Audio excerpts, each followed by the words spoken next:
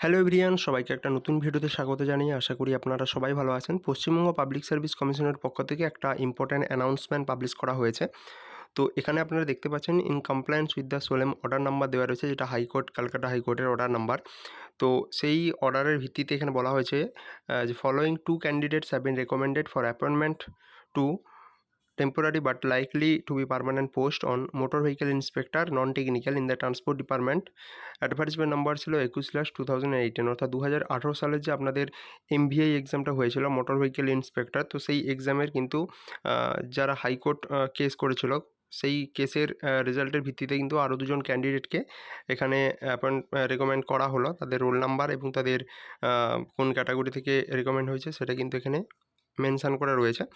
আর বলা হচ্ছে যে ক্যান্ডিডেটদের জন্য কিন্তু আর কোনো সেপারেট ইন্টিমেশন লেটার সেন্ড করা হবে না। এটাই কিন্তু তাদের মানে রেকমেন্ডেড যে লেটার বলতে পারি বা অর্ডার, সেটা হচ্ছে এটাই। তো এটা পিএসসির পক্ষ থেকে অফিসিয়ালভাবে পাবলিশ করা হয়েছে। তো এই ধরনের যদি চাকরি সংক্রান্ত যে আপডেটগুলো আপনারা জানতে চান, তাহলে অবশ্যই যারা নতুন রয়েছেন চ্যানেলটিতে তারা সাবস্ক্রাইব করে দেবেন। ধন্যবাদ।